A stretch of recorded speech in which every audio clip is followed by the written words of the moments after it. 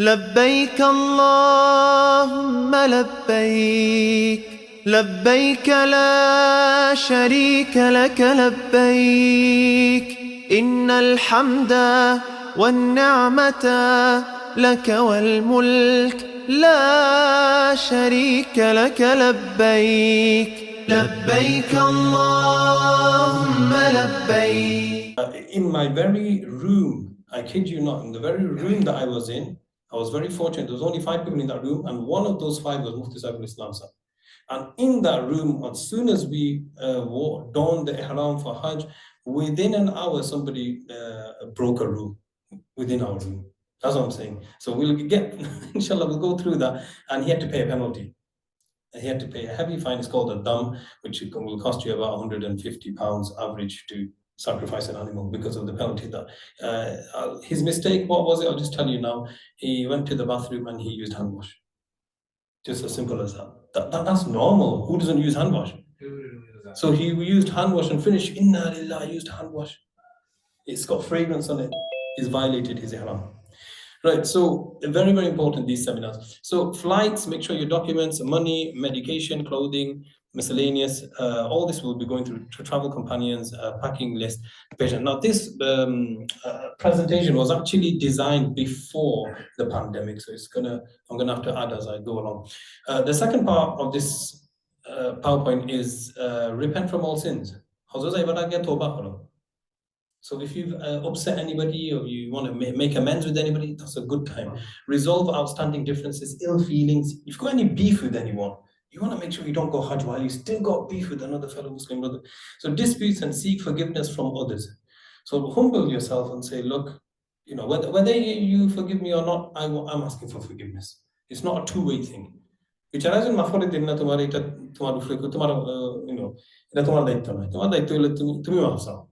So make sure wealth for Hajj is from halal sources. Very, very important. I don't need to explain that. Many people are working in places where haram things are being sold and they've saved up so much money. Some drug dealers are making thousands of pounds and they want to go Hajj with that money. So try your best to go with halal sources. Memorize some du'as. So don't.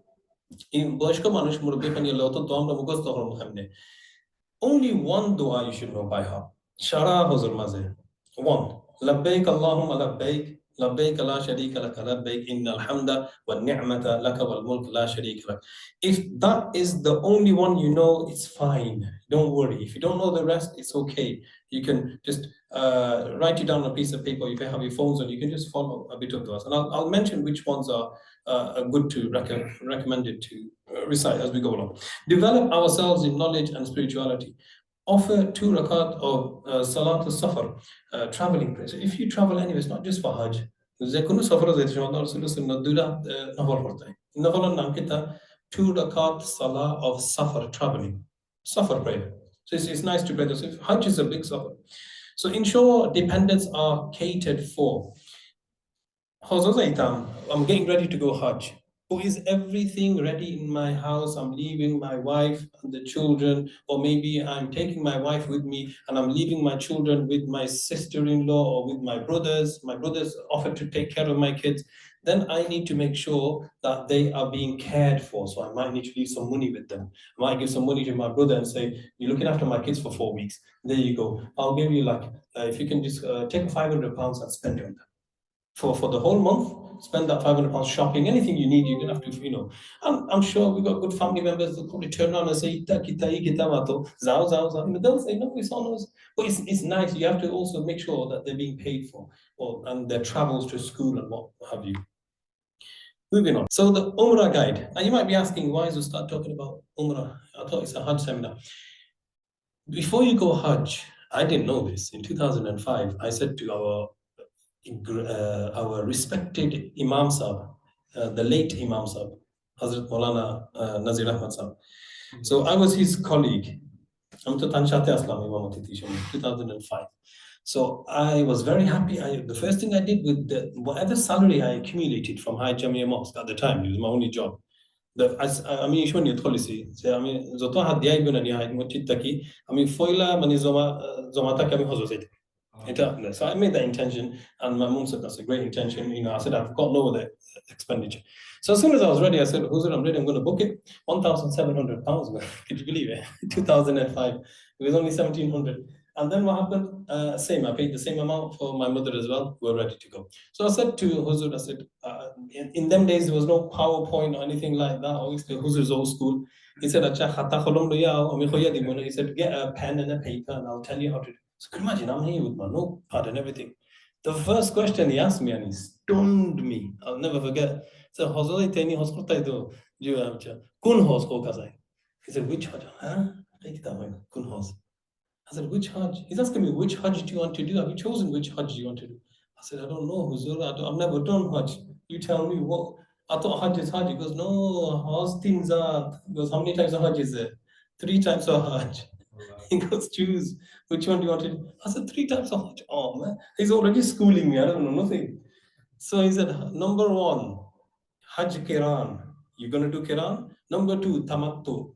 Number 3, Ifrad. He said, which Hajj do you want to do? You have to choose. I said, I don't know. Huzur, you choose for me. I've never been. I said, I've never been Hajj. So I told the Imam, choose for me. Then he said, okay, your first time, do Tamattu. I said, what's the difference? He said, Kiran, you get the most reward. Kiran is, you're going to wear Ihram. There's an Ihram over here. I'll show you how to wear this. So you're going to wear these 2 pieces of cloth. You have to take everything off. Those who've been to Umrah, everything, not even underwear, vest, everything off. You're going to wear these 2 pieces of cloth. Now, we're not used to this. You're going to feel a lot of breeze. So when you first wear this, the first thing is, how long can you stay in this?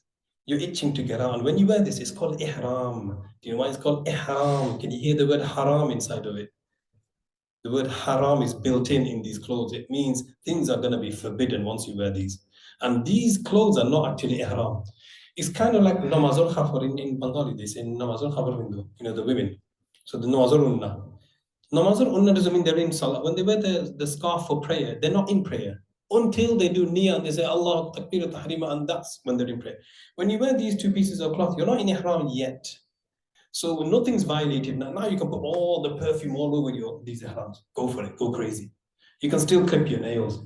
You can still trim your mustache or whatever you need to have a nice haircut, even though you got these on. It's the moment you say, oh Allah, I make intention, I'm going for Umrah, labbaik Allahumma. Once you say that, you lock yourself in now. Now, once you're locked in, we'll go through what you're allowed to do. Now, no more clipping of the nails. Now, no more intimacy with the spouse. No more, you can't even fiddle with your beard anymore. All this, different penalties. And no perfume, no soap. So now you can have just a shower with water only, but you can't use any shampoo, no shower gel, nothing. So he said, which Hajj? So I want to explain this to everybody here today who's listening. 3 types of Hajj. Kiran. Kiran means you wear the Ihram for Umrah and Hajj in one Ihram. How many Ihrams are you going to do Umrah? Umrah you're going to do first. As soon as you land, you'll do Umrah and you'll do Hajj, but you're going to stay in these Ihrams. You're not going to take it off until your Hajj is finished. Now, anyone who's traveled, and I know, mashallah, some Hyde people have already gone. They went Friday night. So, I wouldn't recommend Kiran for them, because there's still 2 weeks left till Hajj starts. So if they now land and they do Umrah and they're now waiting for Hajj and they're still in Ihram, that's a long time to be in Ihram. And they're like, Ya Allah, I still can't touch hand wash. So he said, look, I wouldn't recommend Kiran for you. Do Tamattu. What's Tamattu? Tamattu is you're going to wear the Ihram, you're going to do Umrah first, no Hajj. Hyde Umrah niyat. So you're gonna leave Hyde, you're gonna go to Manchester Airport, and you're gonna go all the way, not Hajj. I said, but I booked my Hajj. No. He said, no Hajj. You're doing Umrah first. I'm like, okay. I thought Umrah is something else. I thought I'm paying 1,700. So he said, no, first you do Umrah, then you come out of your Ihram, relax in your hotel, wait for the 8th of Dhul Hijjah when the Hajj day starts. Then you wear another Ihram, ready to now make a new intention. That's from your hotel now. You can do it from once you don your Ihram from the Kaaba Sharif, Masjid al-Haram. And then you make intention for Hajj. So I said, I didn't know this. Had you have not told me, I would have, from Manchester Airport, said, oh Allah, I'm going for Hajj, labbaik. He said, no, you make that intention, not too easy. You make Umrah intention. I said, oh, I didn't know. So he goes, that's called Tamattu. Tamattu is, you wear Ihram first, you make, which Ihram is this? Umrah Ihram. You perform Umrah. After you finish Umrah, you cut your hair, either shave it all off or do Qasr. And then after you trimmed your hair, you've now, mashallah, take these off, have a shower, and then wear your normal jubba. Khalas. Your Umrah is finished. That was tamattu. Half of tamattu is done. The other part of tamattu is now you're going to do Hajj with a different ihram. You can wear the same ihram, but it's like you're going to wear, it's not this, you're not being in ihram throughout. So I said, okay, that sounds easier. He said, yeah, that's why you should do tamattu. I said, Acha. I said, what's ifrad? Because ifrad is only Hajj only, it's for residents mainly. People who only do Hajj, that's it, no Umrah. And therefore, people who live in the vicinity of Makkah al-Mukarramah. Understood. Right, so we move on now. That's Umrah. We have to study Umrah now. Ihram. Ihram is the name given to the state. Obostan namul ihram, khafarul namnai, not the two pieces of cloth. Anjo ihramul khafar. Ihram, as soon as you wear the clothes of ihram, you're not in ihram. Until you say, Allahumma inni uridu al-umrata fayassirha li wa taqabbalha minni. Oh Allah, I intend to do Umrah, so make it easy for me and accept it from me. Labbaik Allahumma la. Once you say that, you're locked in.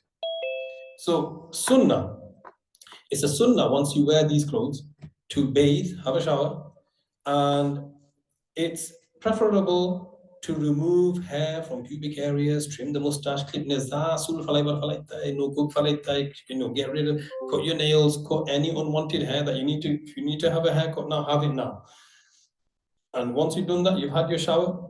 Ihram for men, no sewn garments in the shape of the clothing to be worn, middle bone left uncovered, flip-flops to be worn, and so on. So you can wear special type of sandals. Again, the area with the lace area, this bone over here, cannot be covered. We'll go through each one.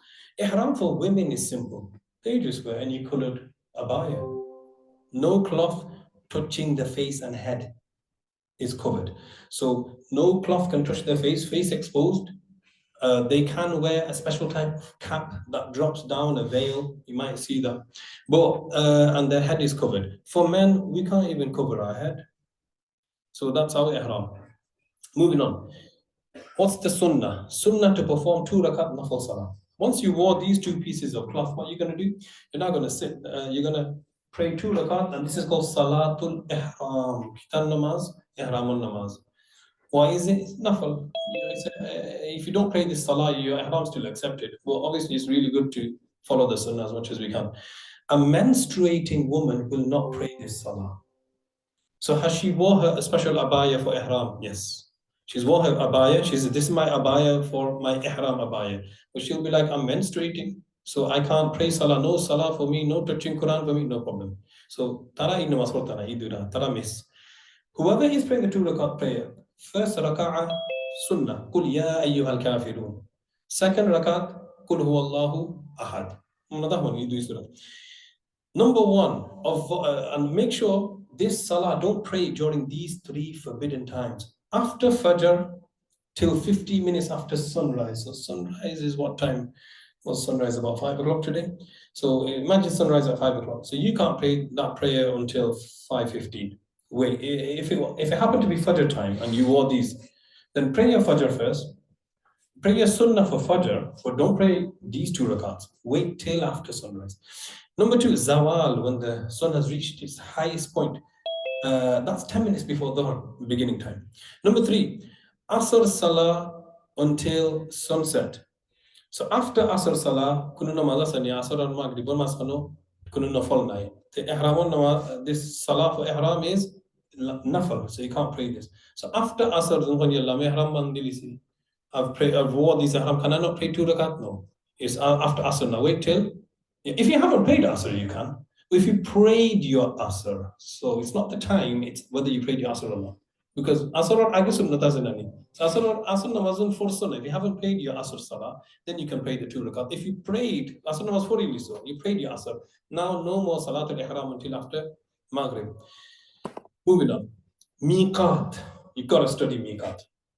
What's Miqat? Miqat, I call them deadlines.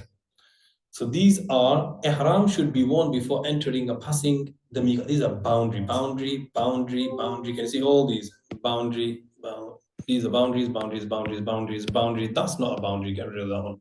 Right, so these are the main boundaries. One's called Dhul Hulayfa, you've got Al-Juhfa, you've got Dhatu Irq, that's from Iraq, if you're coming from Iraq. That's if you're coming from Medina Munawwara. That's if you're coming from UK. Because remember, we're facing this way in southeast. This is if you're coming from Ta'if. Qarnul Manazil. And this is Yalamlam from Yemen. So depending where you're coming from, you cannot, the Prophet ﷺ has stipulated these places. You can't cross over, and Jeddah falls inside. Therefore, before landing at Jeddah airport, you've got to be wearing these. And believe me, I don't know why brothers and sisters make this mistake, particularly brothers. The amount of times I get WhatsApp messages saying, Ustadh, my husband, we're in Jeddah airport, and he's not locked himself in Ihram yet. Inna lillah. So they're like, what do we do now? So, and they've already heading, the coach is going towards Makkah. Can you see? This is simply because they didn't attend any seminar. A basic seminar would have told them this. So now what's the rule? They're like, can we go to Makkah? Can we go to Masjid Aisha, which is somewhere just outside the Haram? This green area is called the Haram. Hill.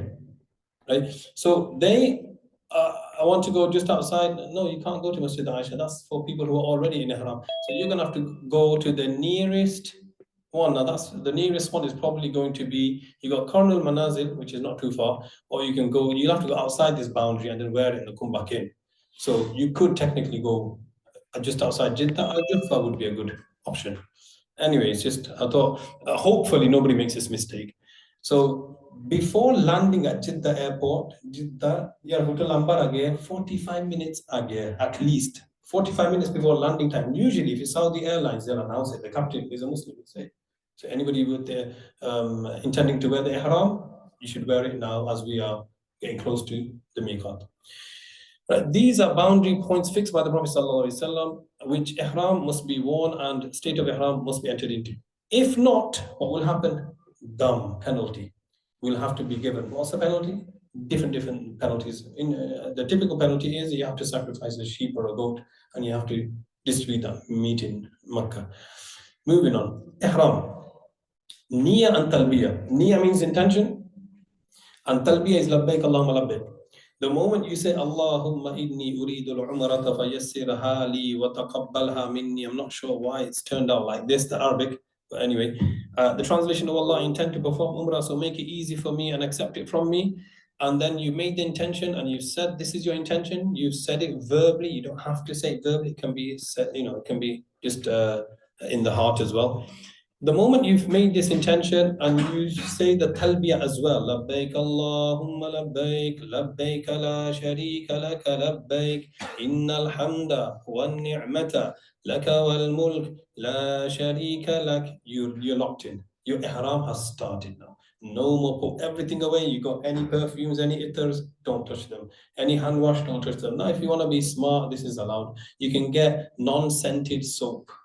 A lot of people tend to do that now. So they go, I think you can pick them up from Asda, I'm not sure. So you go to the local pharmacy, can I have non-scented soap? I'm just going to have to touch something when I go bathroom. So that's fine. That's allowed, as long as there's no scent on it. I don't know if you can get non-scented toothpaste. That's another one. But anyway, best to avoid. So you have to, you can't, no chewing gum, anything scented, keep away. Virtues of reciting talbiyah. Men will say it loud, women will say it softly. Recite as often as possible, thereafter make dua. So what you want to do, you want to get a tasbih counter and you get the digital ones and start saying labbaik Allahumma labbaik. Once you start saying it for the first time and you're locked in, you're going to keep on saying labbaik Allahumma labbaik until you see the Kaaba. When will labbaik finish? Until you see Kaaba Sharifa. When you see Kaaba Sharifa, khalas, no more labbaik Allahumma labbaik. Now you make dua. Now you start your tawaf. And when you're going round the Kaaba, tawaf, no labbaik Allahumma labbaik, finish. I once saw a brother who was saying labbaik Allahumma labbaik. No, there's no labbaik Allahumma labbaik. So you'll find somebody because they don't know any other dua to say. Right, moving on. Medina first. Some people like to go Medina first for Umrah. Or Makkah first. So it depends. If you go Medina first, then you don't need to wear this. No wearing this if you go Medina first because you're not going Makkah. You remember those boundaries I showed you? Remember these? So if you're going Medina, Medina city is somewhere up here. So that's fine. From Manchester Airport, if you're going all the way straight to, or connected flight straight to Medina Munawwara, you didn't have to wear any of this. So when will you wear this? You're going to wear this when you're heading towards this way. When you're heading towards Makkah. So if you're heading and you're doing tamattu, for example, you will stop at this nice, beautiful mosque over here, at Dhul Hulayfa. There's a beautiful mosque at that point. And there you will don the ihram and you will say labbaik Allahumma labbaik and you will stop. And then you come to Mecca, you have find a nice hotel there, you probably perform your Umrah first, and then go back and wait for the 8th of Dhul Hijjah. And when that takes place, you'll wear Ihram again and get ready for Hajj. Any questions? So far, this is all Umrah. Now, yes, this is beautiful. Saudi Airlines has something like this. They have a prayer facility. If they do, then obviously you're going to get up from your seat. You'll be over here and you'll probably be like, okay, I'm wearing my ihram, I've gone in the bathroom and I've come out and I'm now going to pray my 2 rakats. Remember the 2 rakat prayer? So you could, again, you're risking it. You got to plan this. Are you sure your airline is going to let you do this? Because one thing you shouldn't do, you shouldn't pray here and you shouldn't pray there because you're becoming an inconvenience to others. And in Islam, it's haram to be inconvenient to others. At that time, you don't say, no, I need to pray my salah. What you do instead is you stay in your seat and you pray your dhuhr or your asr on your seat. If there's no facility, you can kindly ask the flight attendant and just say, is there anywhere I can pray? And if they say no, you have to stay in your seat. Due to turbulence, we cannot allow anybody to stand. So respect the rules. Okay, how do I perform wudu? It's another good question. When you go to the toilet, you'll see that the sink basin is so small. How do I lift my feet up? There's very many questions. What you do is you got to practice how to perform wudu. With best thing, get a water spray. Because what that does is you could technically do wudu from your seat without allowing any of the water to fall. It's not a trick. Actually, so if you've got spray, some people spray water on their face. And you do that. And then you spray on your arms. And when it comes to your feet, if you spray and you just spread it, your wudu's done. Side of or so. There's no spitting. There's no rinsing of the nose. You don't have to do that. So now if you've done that, mashallah, sat on your seat, you've done wudu. You just make sure that practice it at home first, I would say. Don't suddenly practice it on the seat, on the plane, because you might make a mess. So this has been done before. So obviously, those who know how to do wudu with the mud, mashallah, have you ever seen a mud before? There's one downstairs. They know how to do this. They know how to spread small amount of water on their arms, because that's the prophetic way. Some people have done wudu all their life with a tap that they've never experienced. So it's you should practice that, inshallah. Maybe practice it downstairs. Just get a spray. Moving on. Permissible actions, do's and don'ts. So in Ihram, you can do all of this. And when you're locked in, you can't do any of this. Let's find out. So Vaseline or fragrance-free products is fine. Vaseline, no problem. It's only gel. Injections, no problem. Ihram, wearing glasses, no problem. Because some people think, no, my shades, it's like I'm wearing something. I've been told I'm not allowed to wear anything except for these 2 cloths. You're right, but glasses are an exception. Shades are an exception. You're wearing that. What you want to avoid is putting your shades on your head. That's almost like you're wearing now. So just want to avoid that. Right, wearing a money pouch, belt, that's fine. Plaster, bandage, using an umbrella is fine. Carrying a backpack is completely fine. Eating fruits, miswak, wiping the nose with the tissue is fine. These are things you're not allowed. Perfume, soap, shampoo, washing up liquid powder, deodorant with fragrance, creams with fragrance, applying scent. So all of these are fragrance related. Scented tissues. Be careful. This happened in my first Hajj. One mother, she had a baby with her. That's why they recommend take babies with you to Hajj. I used to hear that a lot. I never realized until I saw this mother do this. And then I realized, right, I can see why. Anyone who has babies will know that they will sometimes need nappy changing. And when you change their nappies, what do you carry with you? Baby wipes. Guess what? Baby wipes, they have a scent. No one thinks of that. So she was changing the baby's nappy. She was cleaning her hands with it. Allah bless her, she probably didn't know the rules. And she got all the women in her tent to do the same. She goes, who needs wipes? There you go, there you go. And many women, only after using it, they're like, Inna lillahi, it's got scent on it. What's she doing? Can you see? So anything with scented tissues, I just remembered as soon as I read that. So kissing or any other intimate activity, cutting the hair, nails, you're not allowed, covering the face for both men and women, covering the head for men only, killing lice, head lice, don't kill them. You can't even tear a leaf. Can you imagine? You're like super safe mode. Wearing stitched garments. Moving on. Footwear for Ihram, this is very important. I can't believe the amount of times this has to be told to the brothers again and again. Ladies, they can wear anything they want. Relax.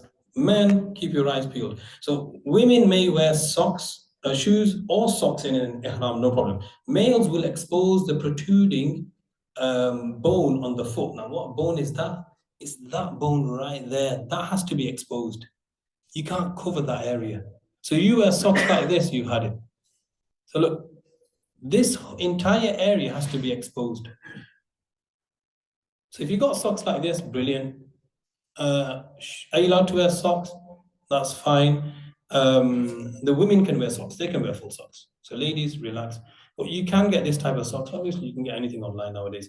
In terms of sandals, not allowed, not allowed, not allowed, not allowed. Why? Because it covers this area. Look, that strap went over, clearly. That strap's going to go over. That's out of the question. So is that. This is fine, this is fine, this is fine. Now, what you want to avoid is this one over here. So, yeah, so if it's khafurur, perfect for the men, because you won't get blisters.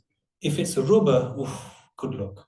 With that heat, you're gonna, not only you're gonna start, your toes are gonna start bleeding very soon, because it's gonna rub. That rubber's gonna rub between your big toe and your toes. So what you want to make sure is, and you can get them, JD Sports. I'm not doing an advertisement for anyone, but it's just you can. I was actually thinking of buying a couple of decent sandals for Ihram and just sell them here, because not everybody knows where to get them. So just probably buy anywhere. I've seen them on eBay. You just make sure it's got cloth. It's got the cloth material. Don't get the rubber ones. Moving on, the area of Haram. So this is now known as the Haram, the green area. This is called the hill. So called Haram due to its sanctity. Boundaries shown by Hazrat Jibreel al-Islam, Ibrahim al-Islam, Ismail al-Islam, the Prophet Muhammad sallallahu alaihi wasallam. Why is it important to know that this is the Haram area? This is all the holy area. So in this area, if you've performed your Umrah and you want to do another Umrah or Umrah, you want to do a second Umrah or a third Umrah, you don't need to go all the way here anymore. You can just go just outside. And there's a famous mosque called Masjid Aisha, Masjid al-Tan'im is also known as. It's only a quick 20-minute taxi ride. It will take you there, nice masjid, put your ihram on, and then you can come back and you're ready to do another Umrah. When you want to perform Hajj, this is the beauty. You don't need to go anywhere for Hajj. Just go to the masjid and put your ihram, the new ihram on for Hajj, and you're ready. You won't need to go to any, no Miqat and no outside the boundary of the Haram. You got signs, start of Haram area, you'll see big signs, and there's mountains everywhere. End of Haram boundary, so you just want to be careful. Before starting Umrah, hotel arrangements. So what I'm going to do is, I'm going to finish the Umrah, Maghrib, what I get? Salatul Maghrib will finish Umrah section. After Maghrib Salah, we'll finish Hajj. Hajj won't take long. The Umrah is the main aspect of it. And then just before Salatul Isha, we'll have the pizzas, inshallah. I think the pizzas are arriving at 10:50. So, inshallah, just so you know the itinerary for today. Hotel arrangements. Take a rest and don't hasten, rush. Plain showers are allowed. Plain showers. No detergent. Don't use anything that gives out smell. So no shampoos, no shower gel. Just have a nice plain shower. Ihram clothing for men and women can be changed during Ihram too, as long as there is no fragrance emitted from them. So many people do ask this question. Can I, when I get to my hotel, can I wear a ihram? Can I wear a different ihram? Can I change it many times as I want? Yeah, that's fine. So can I take it off, have a shower, plain shower? When I come out of the plain shower, because I've wore these on the plane, Manchester airport to all the way to Jeddah, the smelling of BO now, I just want to put them, I'm going to open a new pocket, I'm going to wear a new ihram, allowed. That's fine. Same for the sisters, they can do the same. They shouldn't be like, well, I wore these, I have to stick with these. Not necessarily. It's also because you're still, remember, ihram was never the name of the clothes, it's the state. As long as you remember that. Umrah, there is 2 sunnah for Umrah and 2 wajib for Umrah. This is only for Umrah. So, number 1, a sunnah mu'akkada, once in a lifetime, for those who have wealth. There are 2 fard, 2 fard for Umrah and 2 wajib for Umrah. Fard number 1 for Umrah is the Ihram. What's the Ihram again? These 2 pieces of cloth, wear them with intention. Without intention, you can walk around all of 5 months with these, nothing happens. You can still wear all the perfume. You can still cut all your nails. It makes no difference. So ihram with intention and talbiyah is fard. The second fard is tawaf, going around the Kaaba for your 7 circuits. That's your second fard. There's 2 wajib. You have to do something called sa'i. Sa'i means, you know, those 2 mountains. One's called Safa. There's another mountain over there called Marwa. And going from one mountain to another 7 times. 1, 2, 3, like that. This sa'i in Arabic means to run. So running between the 2 mountains. So Safa and Marwa, that's wajib. And then after you finish your 7 circuits of Safa and Marwa, then shaving and trimming the hair. This is also wajib. Understood? So now, this is just Umrah we're talking about. Entering the masjid. Now, if you're going to enter Masjid al-Haram, if a woman is in the state of menstruation or her menstruation starts, she can't enter the masjid for tawaf. So if you look at the view, I don't know if they're going to show us a view of yeah, there you go. It's not the full view of the mosque. So no, they don't have a picture of the mosque, right? So say this is the mosque, but the red, and then you've got all the nice pillars over here. Then you've got nice doors that let you enter the mosque. The women cannot enter the mosque if they're still on the menstruation or they just started their menstruation. So they will still stay outside while all their husbands or the men folks will be performing their Umrah. What they will do is they'll wait in the hotel and they'll wait till they are clean and they can pray their salah again and they have their shower and now they can perform the Umrah. So that could take up to a couple of days. They could be in the hotel for 3-4 days, no problem. Just wait. Can they come to the mosque? You can come up to the courtyard. You can't go inside. You know where the doors are? Stay outside. So in the courtyard, where it's nice marble floor, sit down, no problem, do afkar, zikr, azkar, read durood, read salawat ala nabi, sallallahu alayhi wasallam, no problem. Tawaf, state of ablution. When you're going to go around the Kaaba, Tawaf is going around the Kaaba how many times? 7 times. You need wudu. Everyone knows you need wudu for salah. Everyone knows you need wudu for touching Quran. So this is the third most important thing you need wudu for tawaf. For tawaf, you need wudu. Intention for tawaf. Otherwise, there's no point going around the Kaaba 7 times. You didn't make intention. Again, intention now. In your intent that I'm doing tawaf for Allah. You want to say in Arabic? You can. Don't be worried if you don't know the Arabic. You can get obviously little booklets that have these afkars and du'as. So Allahumma inni uridu tawafa baytika al-haram sab'ata ashwat. Oh Allah, I intend to go round the Kaaba 7 times. Lillahi azza wa jalla. For Allah subhanahu wa ta'ala. And then just start. You made the intention. Cover the salah as in salah. So when you're doing tawaf, it's like you're in salah. So just as you would cover your private areas before praying salah, you do the same for tawaf. So even in tawaf, men, make sure you don't expose your kneecaps or make sure your ihram doesn't go below your navel, your belly button. So if that, these are things that you want to avoid. 7 rounds equals to 1 tawaf. Tawaf means going around the Kaaba 7 times. The rounds have a different Arabic word. They're called shout. So 1 shout, 2 shout, and then that's why we say sab'a ashwat. 7 rounds equal to 1 tawaf. Commence at Hajar Aswad. Where do I start this 7 rounds? So you start from this corner over here. Just look for the door. And the other thing is you can see signs. So this is where your tawaf starts. They've given a nice picture to show you how the tawaf starts. So you start from here, Hajar Aswad. This is what it looks like. If you can get close to it, obviously it's going to be very busy. And if you're fortunate enough, then either kiss this stone. Many people think this is the whole stone. Not correct, actually. If you look carefully, zoom in. These are the pieces of stone. 1, 2, 3, 4, 5, 6. And it's no longer, if you read history, it's no longer 1 stone anymore. This is not 1 stone anymore. This is pieces of the stone. If you read history, this stone got exported out of Saudi, if I'm not mistaken, to India. Then it got taken back. So all this, if you read the history, because then they brought the pieces back and they put it back in its place, but it's now in pieces. So if you kiss the stone, you don't kiss this, you don't kiss that, none of this, you kiss these pieces. Any one of these pieces, that's how you kiss. You'll see it's dry, these are dry. This is a different material, that's not the stone. So these are little secrets I'm telling you, because if you don't know, you might kiss anything and you say, yeah, I did it. Probably didn't kiss it. Right, zoom out. So you start from here and you kiss that stone. Now, if you can't kiss the stone, then you just face towards the stone and say, Bismillah, Allahu Akbar. Kiss, and then you begin. So there's your first round, and when you get to the end, you kiss again. So you've done 2 kisses and 1 round has finished. When you finish the second round, you've done 3 kisses. So let me start again. You start with a kiss, and then you start your round. You end the round with a kiss. So that means you've kissed the stone twice, or you've done ishara, and you've done how many rounds so far? 1. So after the end of 7 rounds, you've done how many kisses altogether? You started with a kiss, you ended with a kiss, 8. As long as you remember this rule, you'll be fine. Otherwise, you'll be like, oh, do I kiss now? I don't kiss now. Yes, you kiss at the end. So when you come to the last, this is your 7th one, you've already kissed the stone 7 times. You started with a kiss, remember. Each round started with a kiss. So when you come into your 7th and you've already kissed the stone, when you get here and you finish your 7th round, this will be your kiss number 8.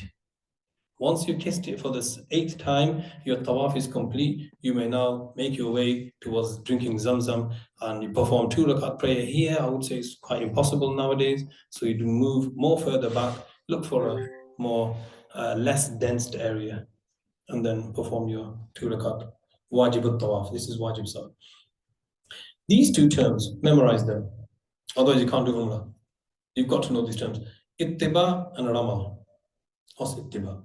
So in every tawaf which has a sa'i after it, if there's any tawaf where you're going to do a sa'i after it, men will perform these 2 things. Listen to the condition. If you are in your hotel in Makkah and you say to your brother, bro, let's perform Salatul Isha, and after Isha, let's just go around the Kaaba 7 times. We don't want to do sa'i, we don't want to do Safa Marwa, we're just going to go around the Kaaba 7 times, we'll go head back to our hotel. Will that tawaf count? What's it called? It's called a nafil tawaf. What's it called? Nafil tawaf. But if you're like, no, but I want to do a tawaf and a sa'i, that sounds like you're about to do another umrah. So if you're going to do tawaf and sa'i, you should be going to Masjid Aisha and you should be wearing one of these. So he goes, yeah, that's what I'm doing. Well, if you're doing one of these, guess what? You're going to have to do these 2 things.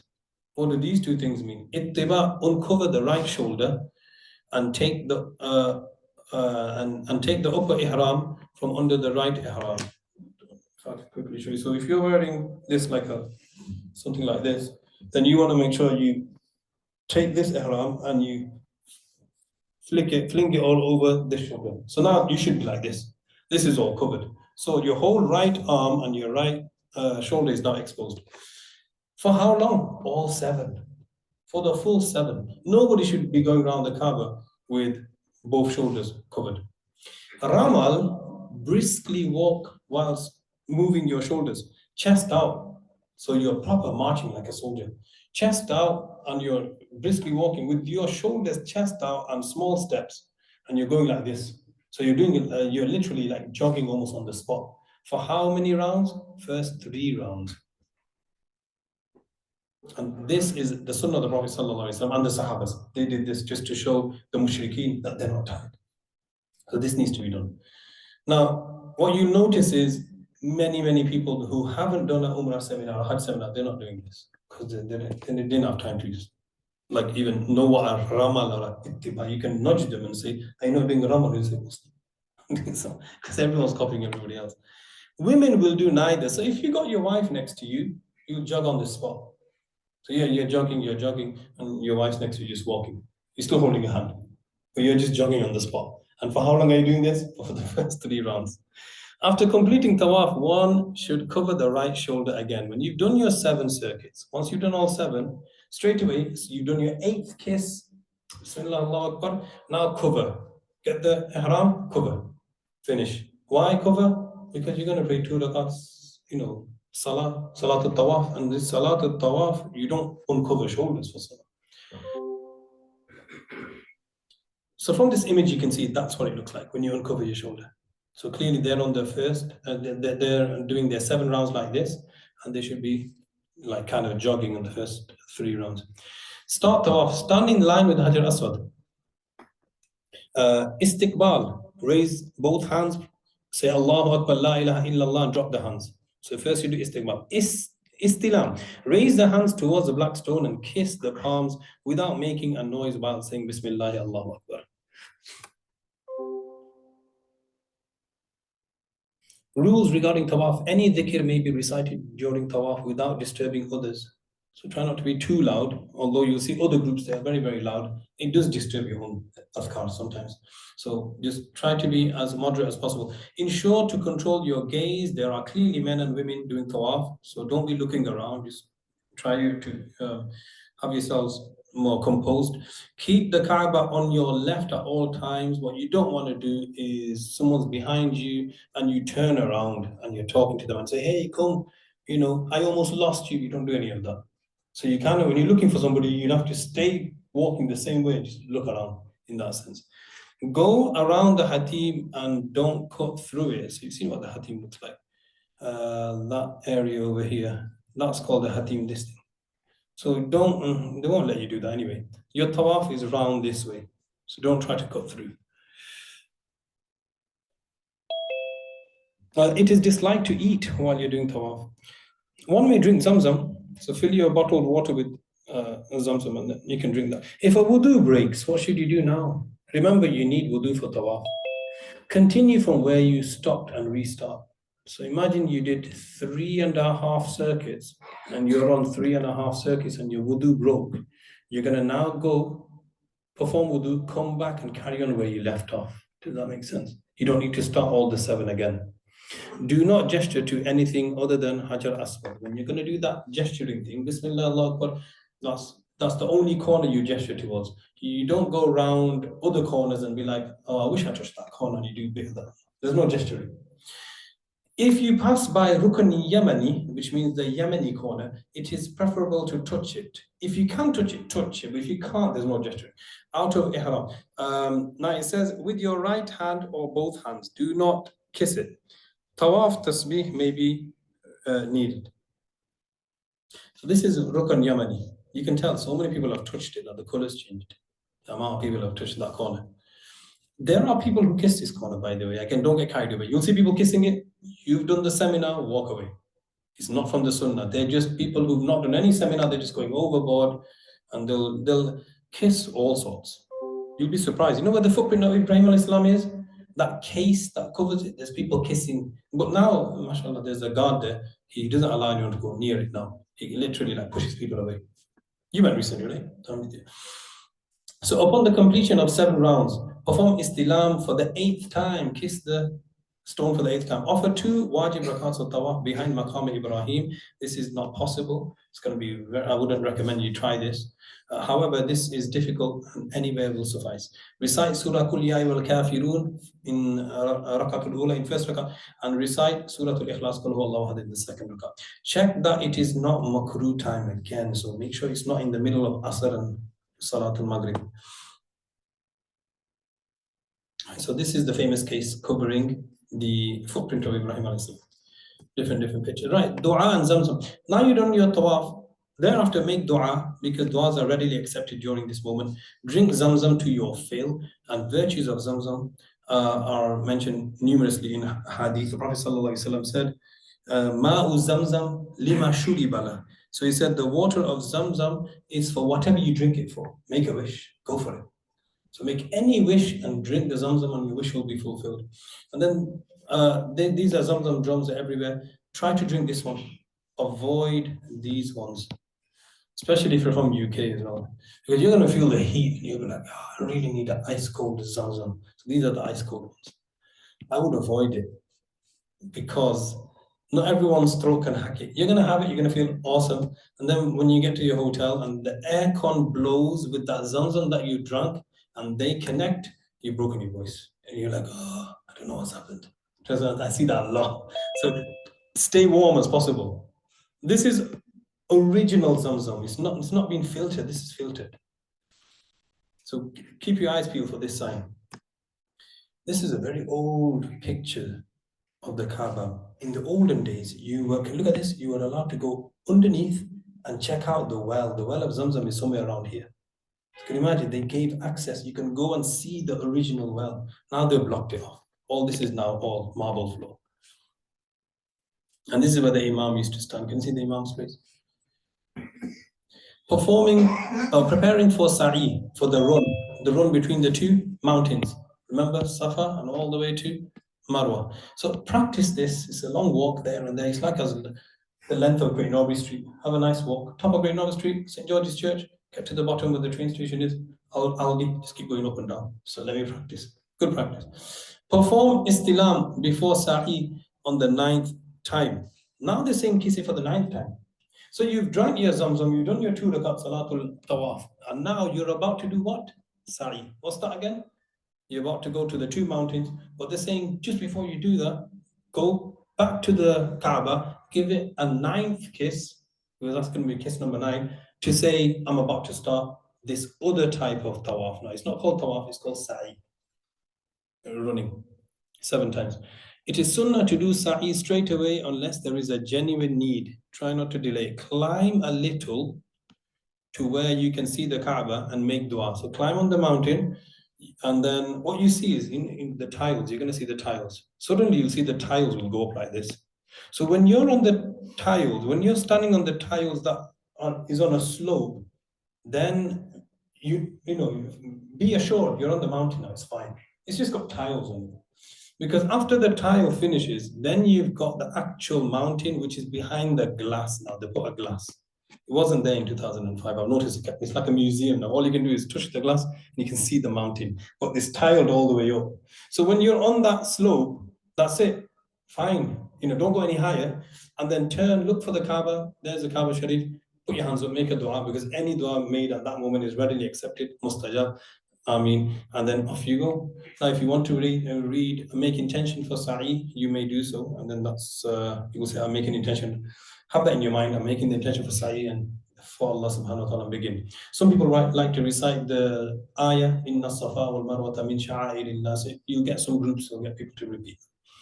Now, one may read prescribed du'as or any other du'as. Wudu is not needed for sa'i. This is key. Why is this key? Because anything you need wudu for, menstruation sisters can't take part. Anything you don't need wudu for, sisters on menstruation, they can still take part. That's key, because they can't do wudu. So if a sister did her 7 circuits of tawaf, and as soon as the 7 circuits of tawaf finished, and let's just say she started her menstruation, she can carry on. Do that. You don't need any wudu. But she will, I didn't do my 2 rakat salat tawaf. That's fine, do that later in your hotel when you clean again. But it's not a condition that you must pray your 2 rakat wajib tawaf. Otherwise you can't. So these are very, very important rules, because obviously the sisters, they will know when they start and when they don't start. So wudu is not needed for sa'i. If your wudu breaks while you're going from one mountain to another, again, relax, just carry on. Don't stop and be like, oh, can I stop my whole group? I'm with my family. Can everybody wait for me? I need to. No, don't do that. Not inside. Moving on. You'll have a sign like this. It says to masa'a, means to the place where you want to start your walk. So read those signs, follow those signs. It's a big sign. They've made it extremely big, and it's near the Kaaba as well. So as soon as you're walking up, just ask people, where's the masa'a? They'll say masa'a this way. Sa'i is wajib. Walking from Safa to Marwa 7 times. Begin first at Safa, and the 7th will conclude at Marwa.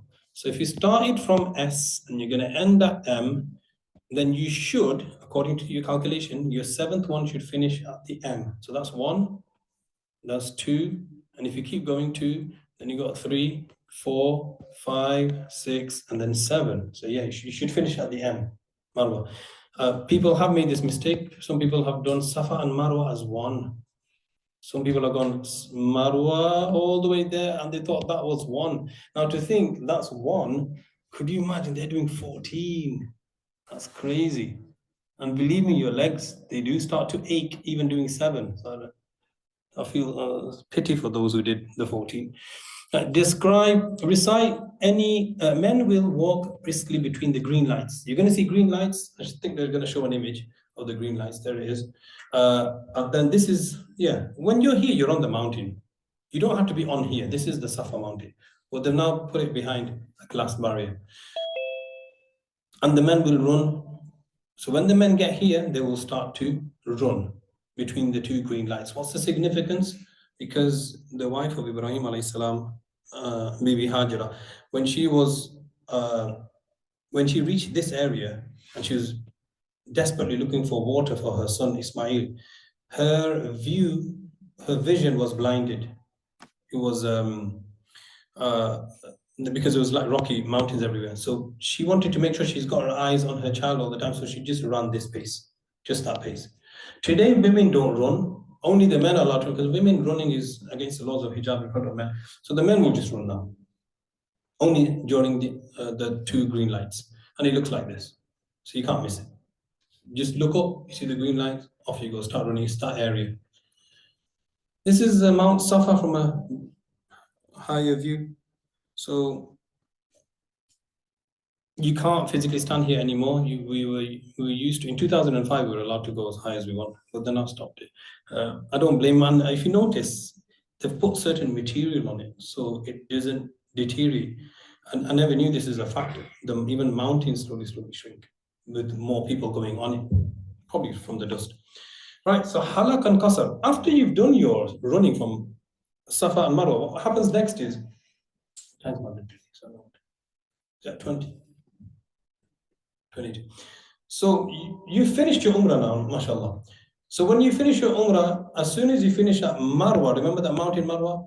You leave, you head towards your hotel. And as soon as you reach your hotel, you are now, the men can cut their hair, they can find a nice barber anywhere, they can either shave off shaving or they can trim.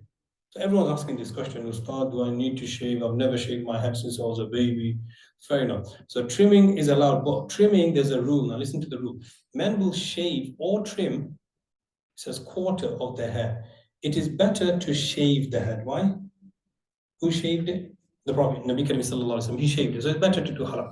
It is permissible to cut your own hair. You're allowed to do this.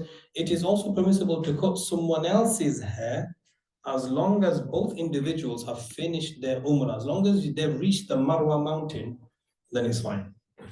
Women will cut paw length 1 inch of their hair in privacy. Women do not need to wait for their husbands to cut their hair. Do not cut the hair at Marwa. Upon shaving or trimming the hair, one is free from all Ihram rules. As soon as you've cut your hair, finally you can be like, I can get off from these clothes. So you've cut your hair, you probably got bits of hair on this anyway. So you go back to your hotel room, have a nice shower, take these off, back to your normal. You can put your vest on, your underwear, everything. So finally, I remember it's a very big relief for the guys. Everyone's itching to cut their hair. There's a long queue.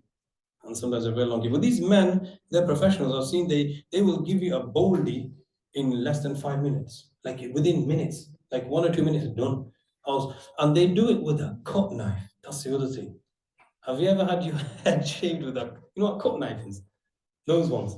They'll cut it, they'll put a new blade in, and then that's it. And no matter how much hair you got, they don't care. He'll do it so fast. And believe me, like, he'll put powder on it first, and it feels like he is chopping your head off. I'm like, how? You know, I'm sure I'm bleeding. After that, I'm done. And it's like, my goodness, you know, because especially people who've not had their, you know, head shaven completely off. Do not cut their hair at Marwa. Upon shaving, trimming the hair, one is free from all the Ihram rules. So may Allah accept your Umrah. So that's the Umrah finished. We'll now take a break for Salat al-Maghrib. And then, now that you've done your Umrah, you will then find out what the Hajj, 5-day Hajj rituals are, inshallah, after Salat al-Maghrib. Then, inshallah, before Salat al-Isha, about 10:15, we'll have food. Alhamdulillah Rabbil Alameen. Assalamu alaikum warahmatullah everybody. So we're back. This is where I'll be explaining about Hajj. Unfortunately, I accidentally muted myself during the seminar, so I'll just be going through what we're discussing. Rules for women. These are acts not permissible whilst experiencing one's menses. Women cannot be performing salah, they can't be fasting, they can't be reciting Quran from memory, touching the Quran, entering the masjid. They can't enter the masjid, but they can enter the courtyard of Masjid al-Haram, performing tawaf, intimate relations, and fulfilling one's desire by using the area between navel and knees without a barrier in between. Rules for women, part 2. A menstruating woman will not pray her salah before entering into Ihram. Unlike men or unlike the sisters who are praying, they will pray the 2 rakat Salatul Ihram. The menstruating women will not be praying this salah. They just lock themselves into Ihram, they make the intention, and they will come into the state of Ihram just by making the intention and reciting Labbaik Allahumma Labbaik, which they can recite. So there's not a problem. That's what the Talbiyah means. So Talbiyah is fine for the sisters. They can say Labbaik Allahumma Labbaik, Labbaik la sharika lak, Labbaik, innal hamda wa ni'mata lak wal mulk la sharika lak. A woman cannot pray the Quran during that time, but can read Talbiyah and other du'as, so not a problem. Upon the completion of her menses, a woman will have a plain bath and then perform her Umrah, inshallah. A woman will remain in the state of Ihram until the Umrah is complete. Women praying behind the Imam, make the intention for Salah, because it's not common for women to be praying behind Imam usually. So when you're going for Hajj, when you're going for Umrah, most likely you'll be at Masjid al-Haram. You're going to pray behind the Imam. So if you are going to pray behind the Imam and it's completely new to you, you've not prayed behind an Imam before, then make the intention for Salah. So you're praying the Salah behind the Imam, make sure you have that intention. The sections designated for women, make sure you pray in those areas only. Don't get mixed up. Sometimes women do end up praying in the men's area because they were all caught up in the crowd and it was Salah time.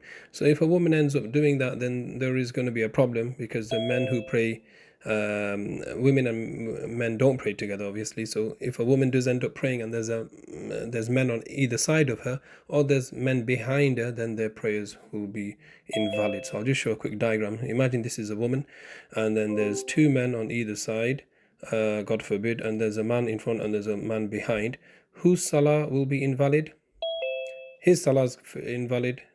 Three people, 1, 2, 3, these three people's men salah are invalid, and the men who stood in front of the woman, the woman's prayer is valid, and the man standing in front of the woman is also valid. So just as long as we know this rule. So can you see how much damage has been caused just because the woman ended up not moving in the men's area, and the poor men on either side, their salah broke immediately the moment she said Allahu Akbar. So it's very, very important we follow these rules. Remain quiet throughout the qiyam. So when the imam recites, you don't recite at all. Allow the imam to do all the reciting. Women may also pray the janazah prayer. Now this is interesting, because after every salah, you may not be used to this, including those people who are praying here in our very own town in Hyde. You will hear the imam after every prayer, as soon as he says Assalamu alaikum wa rahmatullah, Assalamu alaikum wa rahmatullah, then all of a sudden, give it a minute later, as salah's over, people are standing up, some people are leaving, some people are still in their place. They will hear the following announcement: As-salatu ala al-amwati yarhamukum Allah. And as soon as you hear that announcement, it means we're about to pray janazah. The announcement literally means that salah is now going to be prayed on the dead. May Allah subhanahu wa ta'ala have mercy upon you. That's what he's just announced. So everybody stands up, because there's no iqamah for janazah prayer. And then you will stand up and follow the imam. In the standing position, you will say the takbir 4 times. The imam will say Allahu Akbar, raise your hands, and then the imam will say recite your hamd, the praise of Allah subhanahu wa ta'ala, and then he will say Allahu Akbar, recite durood after the second takbir, and then he'll say Allahu Akbar, then recite the dua. Allahumma aghfir li hayyina wa mayyitina wa shahidina wa ghaibina. Or if you no longer du'as, Allahumma aghfir lahum wa rahamuhum wa afihim wa afu anhum. And then he'll say Allahu Akbar for the 4th time, and then he'll give the salam. And that's how the janazah prayer will be done. You'll hear the imam say Assalamu alaikum wa rahmatullah, and you give the salam, and you'll be out of the prayer. And that's a good practice, at least our sisters will know how to pray janazah prayer. If they happen to be there and they want to join, it's completely fine, inshallah. Shari'i traveler. Now, anyone who intends to travel more than 48 miles and decides to stay there for less than 15 days is classed as a musafir. So Islamically, you're classed as a traveler, and all travelers' prayers are usually shortened. But it says here, the next point, all salahs behind the resident imam. If the imam's resident, you're going to have to pray the full prayer. If he prays 4 rakat dhuhr, you pray 4. If he prays 4 rakat isha, you pray 4, and so on. But if you're in the hotel, you're praying by yourself, you pray 2. Just remember that, only 2. Sisters, if you're in the hotel or you're praying by yourself, you only pray 2 rakats for your dhuhr, 2 rakats for your asr, 2 rakats for your isha, and 3 rakats witr, inshallah, on top. So, and if you're behind the imam, you'll pray in full. The Annual qurbani will not be necessary on a traveler. So if you're a traveler, you don't give the qurbani. While the whole of UK and everybody else who are not performing Hajj, they're giving a qurbani. You will not have this qurbani obligation because you're a traveler. So there's no qurbani upon you. You do have a sacrifice. It's called the animal sacrifice for Hajj, but that's different. But as a traveler, travelers don't give qurbani. That is a rule. Now, all salahs of 4 rakats will be shortened to 2 rakats for a traveler praying alone. Maghrib and Witr will be prayed full. So when it says all salah of 4 rakats, we're talking about the 4 rakat fard of Dhuhr, 4 rakat fard of Asr, 4 rakat fard of Isha. And you have to pray the 2 rakat Witr as I mentioned before. Right, so pray every salah with congregation. Nafal Tawaf. So we're up to here now. To pray Tahajjud, Ishraq and other prayers. These are extra prayers. Try your best to pray those as well. So Tahajjud is anytime after Salatul Isha. So when you prayed your 2 rakat sunnah of Isha, your Tahajjud time has started. If you now say, I'm going to sleep or I'm not going to sleep, I'm going to pray loads of 2 rakat nafil prayers, I'm going to keep witr till last, that's fine. And then looking at the Kaaba also holds reward. Just looking at the Kaaba itself. Make plenty of dua, do not waste time. Hajj guide, here we go. Now the reward for performing Hajj. And Abu Hurairah radiallahu anhu reports from the Prophet sallallahu alaihi wasallam that he said, "Qal al-umratu ila al-umrah," from one umrah to another umrah, kafaratun lima baynahuma. What does that mean? Sins are being expiated. Is that the word? Your sins are being forgiven between one umrah to another umrah. So if you perform umrah, let's say in February, and you did another umrah the following year, February, all the sins in between, minor sins, are forgiven. So take this opportunity, this advantage that the Prophet is saying, kafaratun lima baynahuma. But then it gets better. He said, wal hajjul mabrur. But an accepted Hajj, if you can pull off an accepted Hajj, the Prophet ﷺ says, لَيْسَ لَهُ جَزَاءٌ. There is no reward for an accepted Hajj except, guess what you're going to get in return? إِلَّا الْجَنَّةِ. You get Jannah in return. Subhanallah. So anyone who performs Hajj, may ask them to make dua for you. They are so blessed. If they can pull off a Hajjun Mabrur, if they perform an accepted Hajj, Jannah. Subhanallah. Nothing to do with sins are being forgiven, straight Jannah. Man hajja lillah, whoever performs Hajj for the sake of Allah subhanahu wa ta'ala, falam yarfuth walam yafsuk, and they don't commit anything indecency, and they don't commit any sins, raja'a ka yawmin waladathu ummuhu, they will return from Hajj like their mothers gave birth to them, sinless. Subhanallah. Moving on. Overview, fard. Ihram with Niyyah and Talbiyah. Now in Hajj, the fard are a bit different. You got Ihram with Niyyah and Talbiyah. Next fard is stay in Arafah is fard. That's on the 9th of Dhul Hijjah. And Tawaf is ziyarah. To go around the Kaaba, that Tawaf is also fard. Wajib, things to do during Hajj. Not to leave Arafah before sunset. Pelting the jamarat, the devil stones, the stones that represent, the pillars that represent the 3 areas where the devil was seen. Sacrifice, to sacrifice an animal. Cutting the hair, that's wajib. Order of the above, so make sure these are done in order. So pelting, sacrifice, cutting the hair. So all of that, 1, 2, and 3 has to be done in order. And then sa'i after tawaf ziyarah. After you've done this one, this tawaf, which is fard, then to do sa'i is wajib. And then stay in Muzdalifah is wajib, and then tawaf al-wida, that's the farewell tawaf. You do one more tawaf to say goodbye to the Kaaba, as in this is my last tawaf. These are all wajib. Coming into Ihram for Hajj. Coming into the state of Ihram by the 8th of Dhul Hijjah, preferably. So you want to be in Ihram before the 8th, preferably from Masjid al-Haram. So if you're in your hotel, and then the women folks, they can stay there, they can don the ihram from there. If the men say, well, we're gonna go to the masjid and we're gonna put on our ihram from there, then that's also fine. Same procedure as before in terms of preparing for salah. So if you're gonna put your ihram on in Masjid al-Haram, whilst you're in the mosque, you might as well do your 2 rakat wajib, 2 rakat salah of ihram. And then when you are gonna pray your salah, take your hat off, pray with your hat on, and then take your hat off and then lock yourself in. And once you've wore the ihram for Hajj, get ready, you're not taking it off until your Hajj is complete. And that is until the 10th. So you're going to be locked in for about a good 3 days.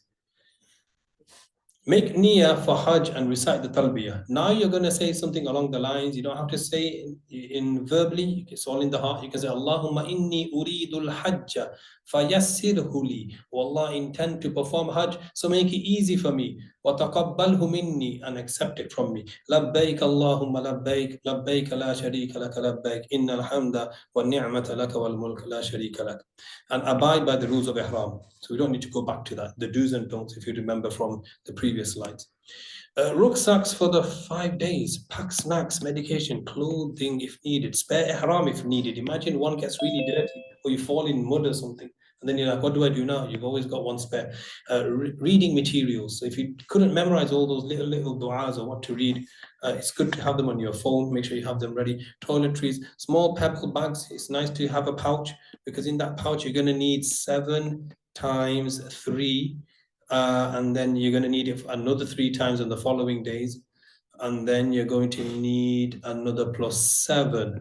So you got 7 times 3 is 21, 21 plus 21 again is 42. And then you need another 7, you'll need 49. So you're going to need at least 49 pebbles. That's the bare minimum. I would have put 49 pebbles in the pouch. I'll put a lot more. Sleeping arrangements. Blanket, mat, sleeping bag, and so on. A power bank is very, very much needed, because you won't always find a place where you can charge your phone. This is how you travel for Hajj. So you start in Mecca, and then from Mecca on the 8th, you wore your Ihram. The first place you're going to go is Mina. There's the first arrow. That's your day 1. So on the 8th of Dhul Hijjah, day 1 Hajj, you spend in Mina. Day 2, you're going to go from Mina, you're going to travel all the way to Arafah. Can I zoom out? Where's your Arafah? Oh, there's Arafah. So day 2, you'd go all the way to Arafah. This is day 2. Now you're on the 9th. On the 10th, so on the 9th, you're going to spend, this is day 2. Half of day 2 will be spent at Arafah. The other half, the night, will be spent at Muzdalifah. Then the next day, back to the 10th, you'll be at Mina. And in Mina, when you go there, you're only going to stone the big Jamara, which is known as the big devil. And you will stone only the big one 7 times. Once you've done that, you will sacrifice your animal. You will sacrifice your animal. And once you've done that, you will cut your hair. You don't need to cut your hair first. You can quickly go to Makkah, go around the Kaaba 7 times, cut your hair. And then once you've cut your hair, you're out. Now what's left of Hajj, now go back to Mina. And then day 11, 11th day, you're going to stone all 3 devils. And on the 12th, you're going to do the same. And that's Hajj finished in a nutshell. So again, from Makkah, you're going to go to Mina first. It's the 8th. And then from Mina, you're going to go to Arafah. It's the 9th. You're going to pray Dhuhr and Asr at Arafah. Then when it's Maghrib time, it's exactly at Maghrib. When the sun goes down, you won't pray Maghrib. You'll go to Muzdalifah. And then when you get to Muzdalifah, you're going to pray Maghrib plus Isha together, even though it's Isha time now. And then from Muzdalifah, now it's still the 9th. And then you're going to go to Mina, which is now the 10th.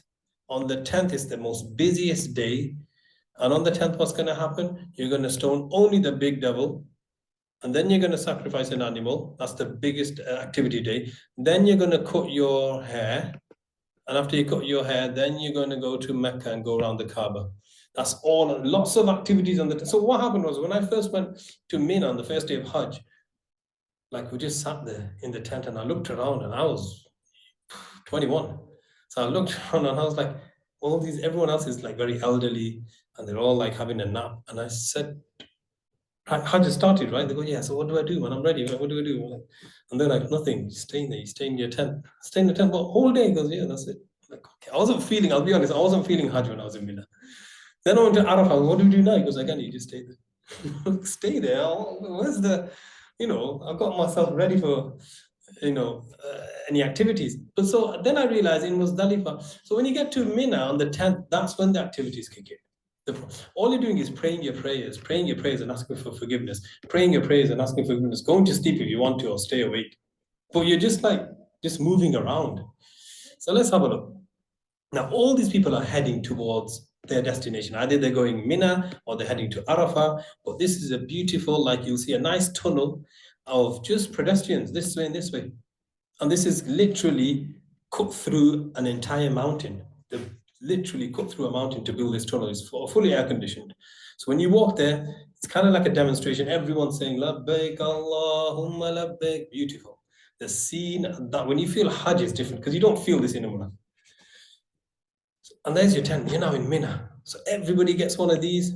And I'm pretty sure it's a lot more better now, but it's just fine anyway.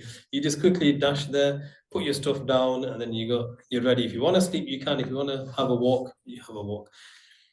And this is what the tents look like. So good luck. If when you're told where your tent is, don't get lost. When you walk out, oh, everything looks the same. So remember the number. Look back. It's like a door number. So you got a number. Then remember the row. Every row's numbered as well. They probably have letters: A row, B row, and all sorts. You know, everything's in English, but just don't lose yourself. And you could get lost. As soon as you pop out somewhere here, then how do you find your tent again? It looks the same all the way down. You're like in a massive maze. Yeah, so those are the roof of the tents. And you can clearly see all the air conditioning. Look at all the compressors over there.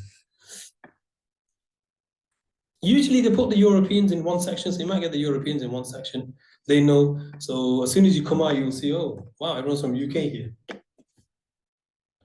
Yawm al-Tarwiyah. Here's the day of Hajj began. So perform Fajr in Mecca or at the Masjid, close to where you are residing. So you're still in Mecca on the 8th. You've just done your Fajr.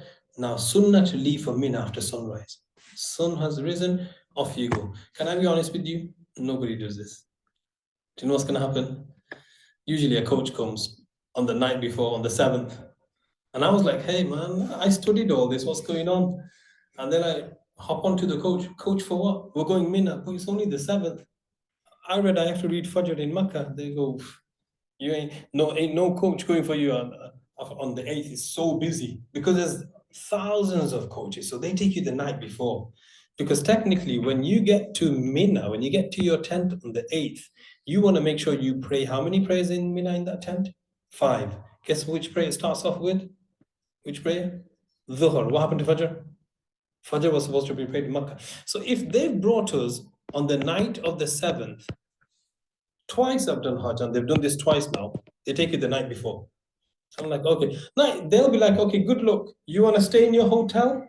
You want to go find where the tent is? If you're that smart, go for it. Now, some people could be like, I'll find out. I'll phone.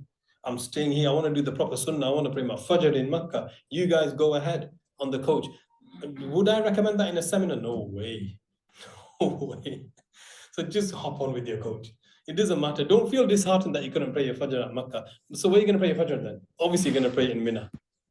So when you pray your Fajr, you're not going to do 5. You're going to end up doing 6. So you're going to pray your Fajr first. Or even your Isha, for all we know. They've probably taken you before Isha. So you pray your Fajr, you pray your Dhuhr. As long as you hit these, then it's fine. So your Hajj is fine. Dhuhr, Asr, Maghrib, Isha, Fajr of the next day. And then you're ready to move on to the next location, which is Arafah. So what do? Engage in worship throughout the day.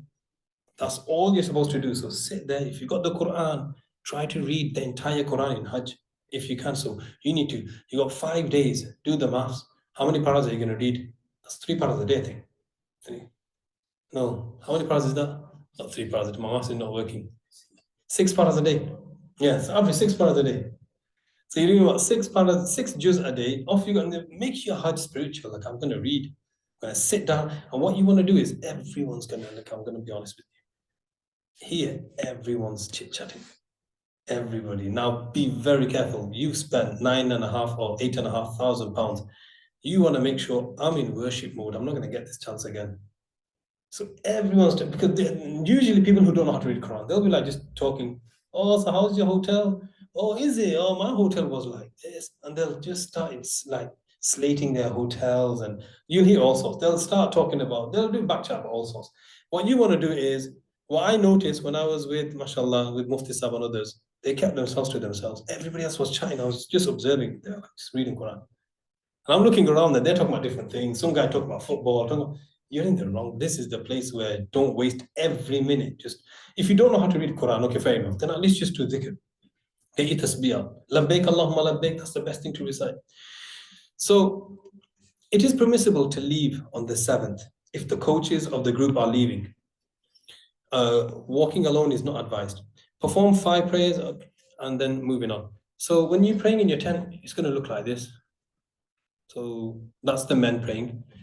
And you're going to pray all your prayers in the tent. Don't try to come out of your tent and pray with everybody else, because everyone's in their tent. So they're probably praying their dhuhr right now.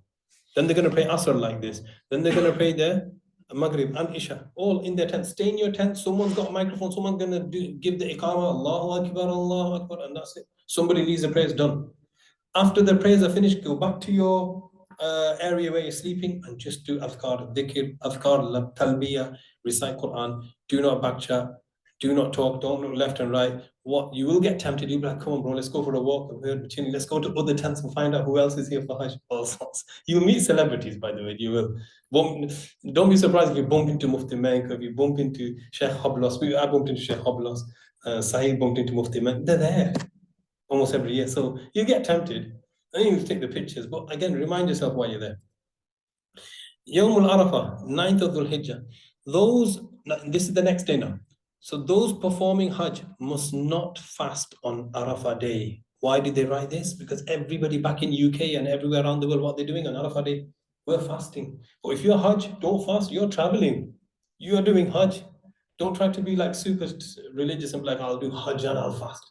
Do you get me? So fasting on the day of Arafah is only for those not performing Hajj. What's the reward of fasting on the day of Arafah? Big reward for those who are not doing Hajj.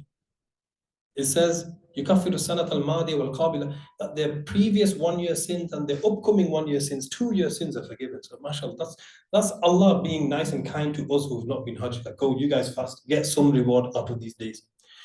After sunrise, set off for Mina. It is sunnah to take a bath before the wukuf. Wukuf means to be stationed in one place. So you've been stationed in Mina. You've tried your best not to go outside. This is the M. You've not gone outside of the boundaries. So to stay in that designated area is called wukuf. Does that make sense? So you've just done your wukuf. It's sunnah to take a bath before wukuf, because you're now going to do wukuf where? Arafah. You're about to go to Arafah and stay in your tent and stay in the area. Don't go outside of Arafah. It is wajib to stay in Arafah from midday to sunset. So midday zawal. So you're looking at about between 12 o'clock. You probably get there by 1 o'clock. Stay in Arafah until sunset. If you reach there by 2, 3 o'clock, don't panic. Because it says it's wajib to stay between that time. Does that make sense? You got there for Asr maybe. Don't panic. And I'm telling you, it could happen. There's so many coaches, they're never going to be on time. Arafah is around 8 miles from Mina. Better to go in coach and not walk. Eat and rest before midday. When I went to Arafah, I saw Mufti Saiful Islam Sahib knocked out, sleeping. And I was taken by surprise. I was like, I'm not understanding this. Arafah, this is the main day. Why is he sleeping? And he was sleeping and he was sleeping and he was sleeping.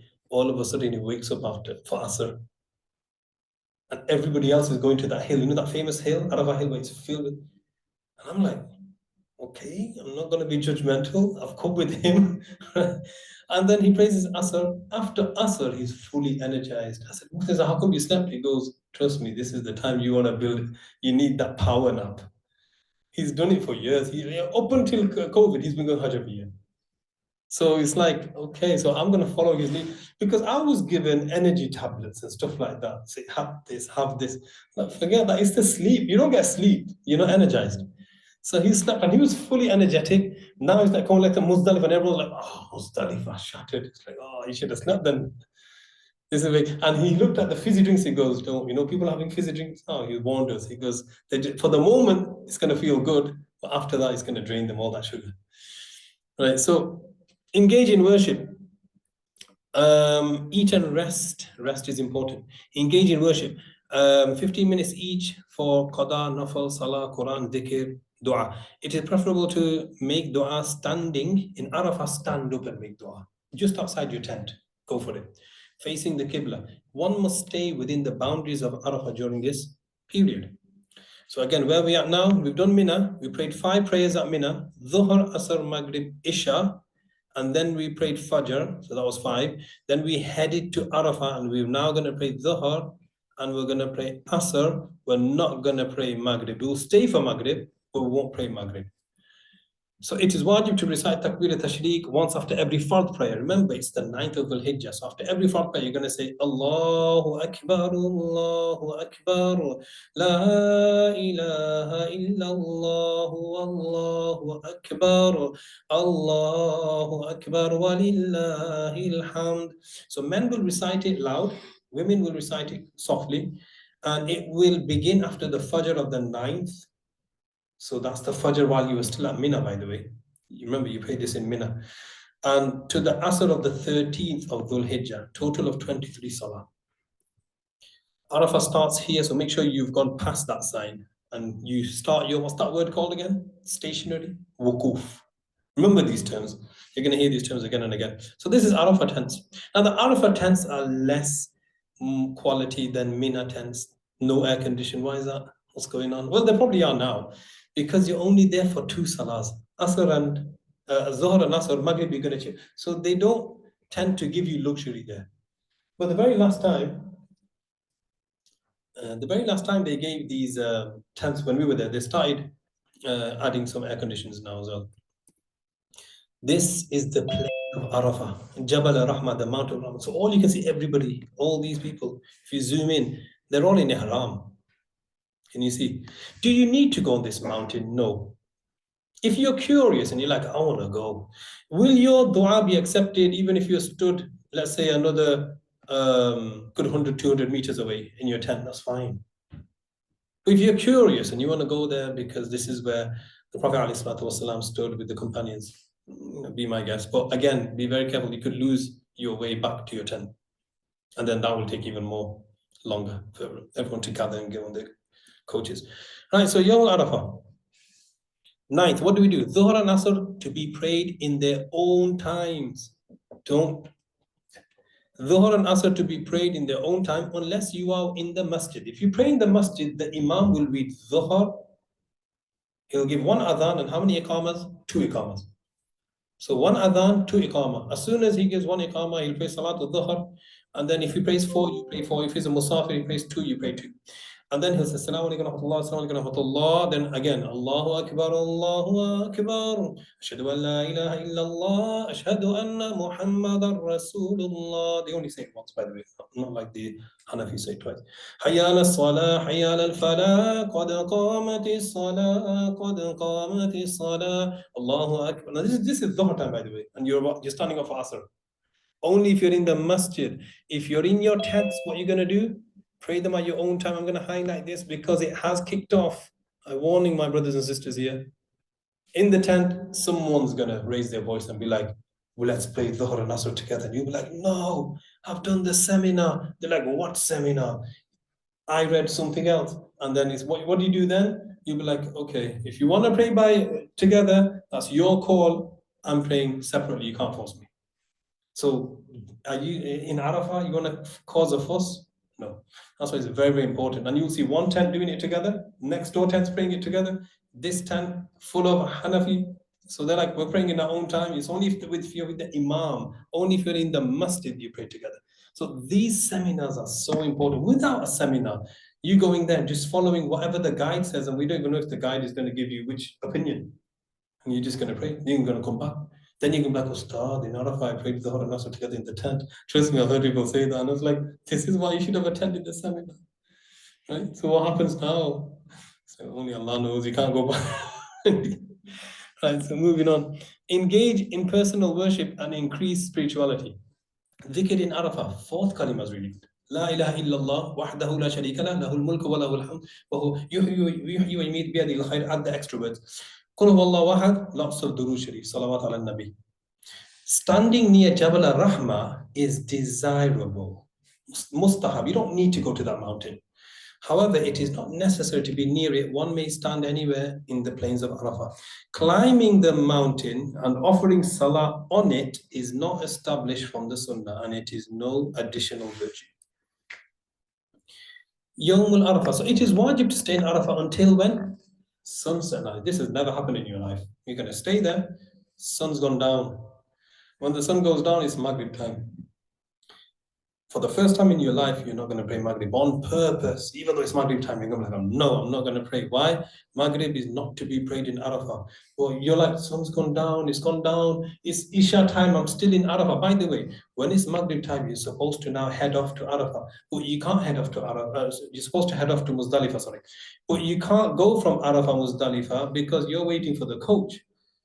Now, your coach is going to be, your group leader will come and be like, everybody stay put. Coach is coming in another 2 hours. Someone's going to shout and say, 2 hours?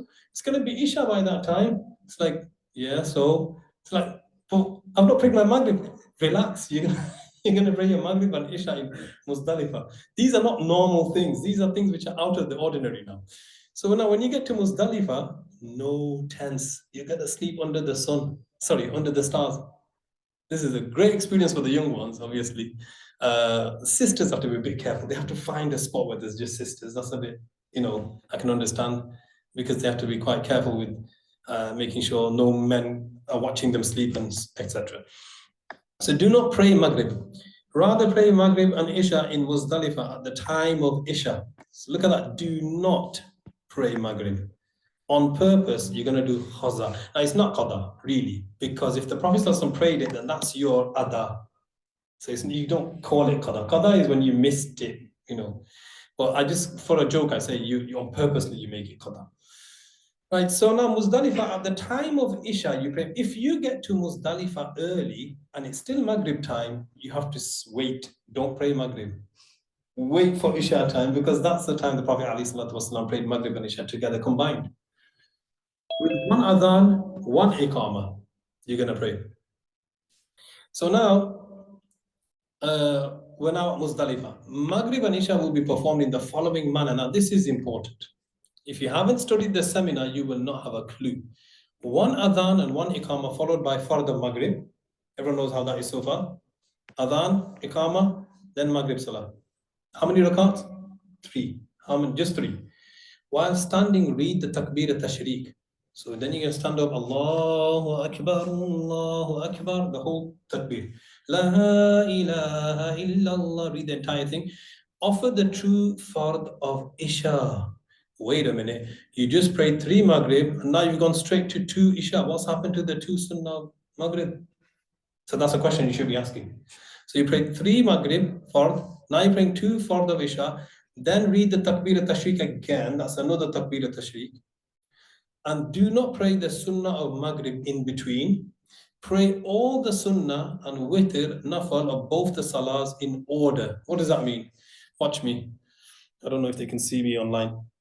So you prayed your Maghrib, Allahu Akbar, and you finish your Maghrib Salah. Assalamu alaikum wa rahmatullah, Allahu Akbar, Allahu Akbar, La ilaha illallah. And you're standing up, by the way. Allahu Akbar, walillahil hamd. Now, Isha time. Everybody, you're doing Jamaat. Allahu Akbar, you're praying Isha. And they're like, okay, it's Isha now. Should we not pray our Sunnah for Maghrib? No. So now, Isha, how many rakats? 2 rakats. He's going to read it loud. As soon as he finishes, Assalamu alaikum rahmatullah, Assalamu alaikum rahmatullah, everyone together, all the men loud, all the women quietly. Allahu Akbar, Allahu Akbar. Now, who's doing this? You're doing this individually. You're not praying with an imam. You're scattered. You need to see the image. Muzdalifah, you are scattered. This is what it looks like. Good luck getting your own tent. Some people, and then they leave it there. But some people, they just sleep like this. Look, some people stay awake all night. You got some ladies over here. So you just have to, this is appropriate for women, I guess. I've seen women take this and then they just, 2 or 3 of them just dash inside.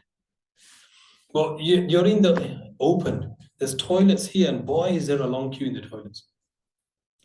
So you got Muzdalifah, and then you prayed your Maghrib, you've prayed your Isha. As soon as you finish Isha, now you stand up and you're going to pray 2 rakat Sunnah of which one first? Maghrib. Remember Maghrib Sunnah? Then you're going to pray 2 rakat Sunnah of Isha. Then you're going to pray Witr, and that's it. You can relax after that. If you want to do Nawafil prayers, you can do. So Muzdalifah starts here. It is Sunnah to collect 49 to 70 plus pebbles, stones, pea-sized pebbles. Remember, 49 is the minimum. Wait for the time of Fajr and offer it early. Engage in dua after Fajr. It is Sunnah to spend the night in Muzdalifah. It is wajib to make wukuf. Make sure you stay in that boundary after Fajr. And it is sunnah to leave for Mina, sorry, you're still at Muzdalifah, and you're going to do the Jamarat. You're going to go to that area where there's 3 large pillars, stones, representing where you need to stone. I call them baby bear, mummy bear, daddy bear. So you get the idea. And on that day, you're only going to stone daddy bear. That's it, the big one, not these. So, and it is sunnah to leave for Mina just before sunrise. Now, again, you're going to wait for your coach, and poor coach is going to leave after sunrise. Sorry to say, he's not going to leave before sunrise. So then you have a choice if your group allows you to, because the last time I went, we were allowed to do this. We walked it. I said, let's go for a nice walk. We're going to walk it before sunrise, Bismillah, and then we held a nice big flag so everybody knew who we were, and then we went for a nice walk. Because we kind of knew where our Mina tents were, if you remember.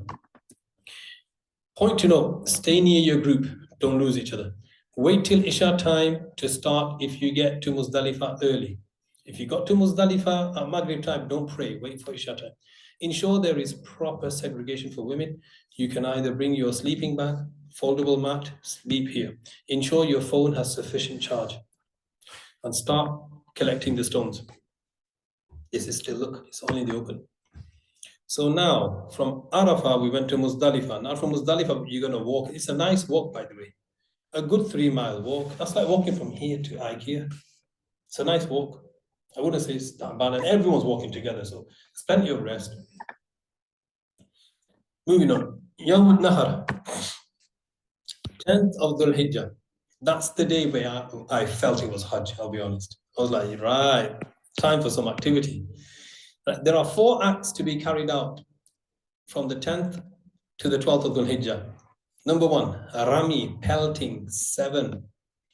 Animal sacrifice, Halq, shaving your head, your hair. Ladies are just going to snip off a bit of the hair. And then number 4, they've not put that in bold, and I'll tell you why. Because the 1, 2, and 3 needs to be done in order. Number 4, you can slot that in anywhere you want. The Tawaf, going around the Kaaba, you can do it even before the animal sacrifice. So Rami will be carried out, the pelting, on all 3 days. 10th, big one only, and 11th and 12th, all 3. Baby bear, mummy bear, daddy bear. Sacrifice and Halaq and Qasr and Tawaf, going around the Kaaba, must be completed by sunset. The deadline for this one and this one and this one, deadline is the 12th. So if you didn't do it on the 10th, you could do it on the following day or the day after. Numbers 1 to 3 must be carried out in sequence. Is that understood? And look, everyone's walking together. It's beautiful. You can hear everyone say labbaik in one, and it echoes. Rami means pelt. Mina has 3 pillars known as Jamarat.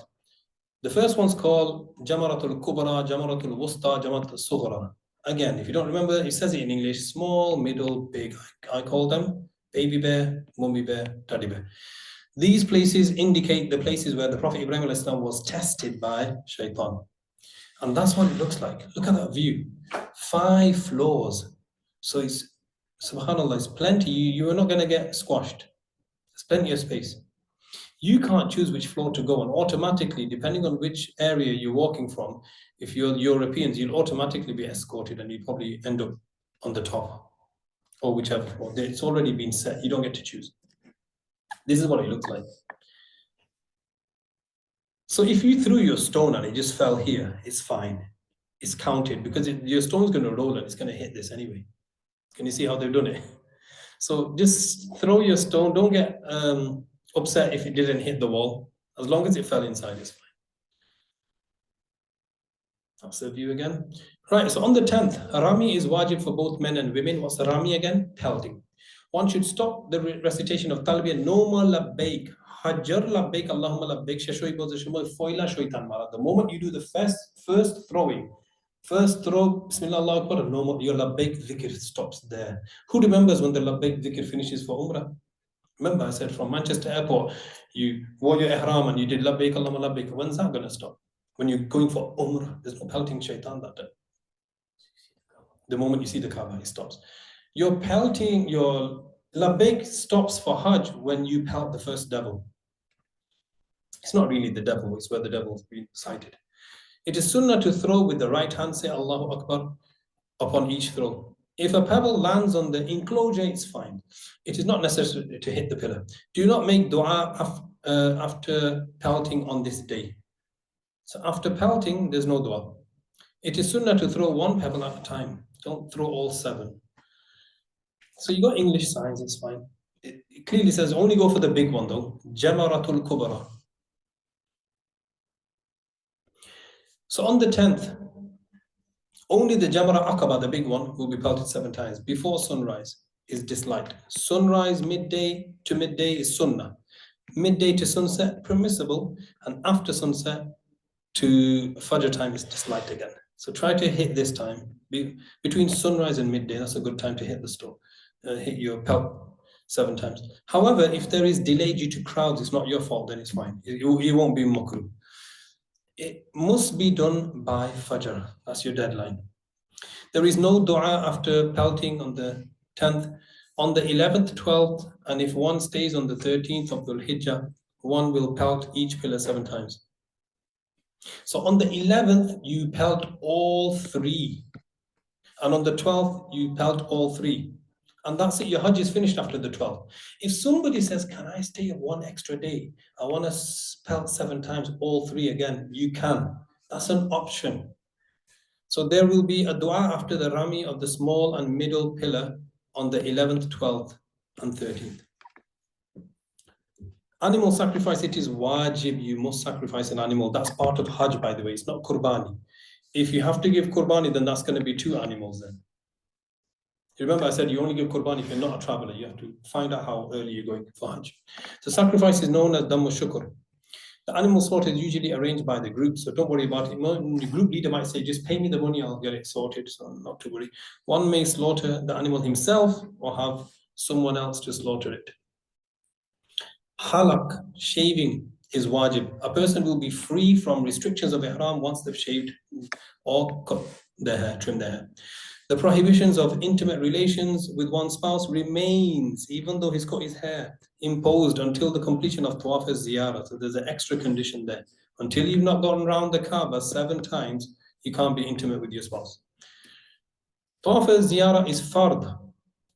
It has to be performed between 10th and these are the days. You can start on the 10th, anywhere between those dates, 10th, 11th, 12th.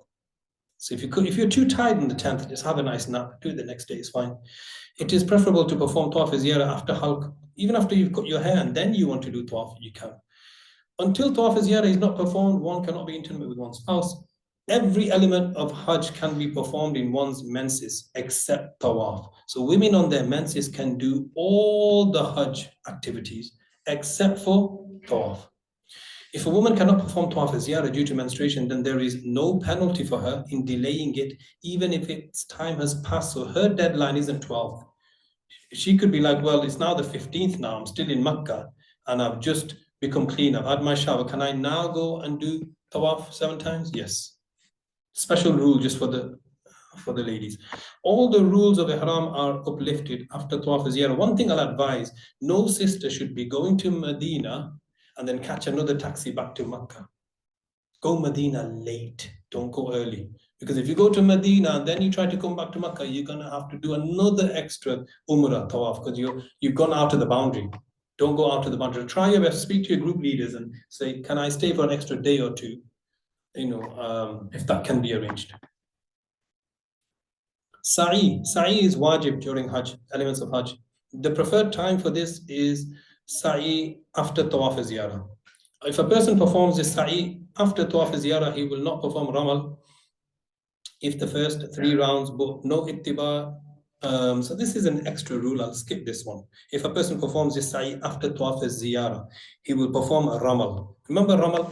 A Raml is, what's he going to do? The jogging. How many circuits? Who remembers? Not 2, 3, yeah. And what's Ittibaa? Exposing of the right shoulder, how many circuits? All 7. This Sa'i can be performed in any of the Hajj days on the condition it has a Tawaf before it. It is sunnah to spend the nights in Mina. Whatever actions of the previous days have not been completed, one should try to complete them today. A Rami of all 3 Jamarat pelting all three devilish stones, pillars, is wajib on the 11th of Dhul Hijjah. The order of pelting is from the smallest to the largest: baby bear, mummy bear, then daddy bear. Rami is not permissible before Zawal. Wait, if you got there early, wait till Zawal. The time for pelting on 11th and 12th is optional. The time for pelting on the 11th and 12th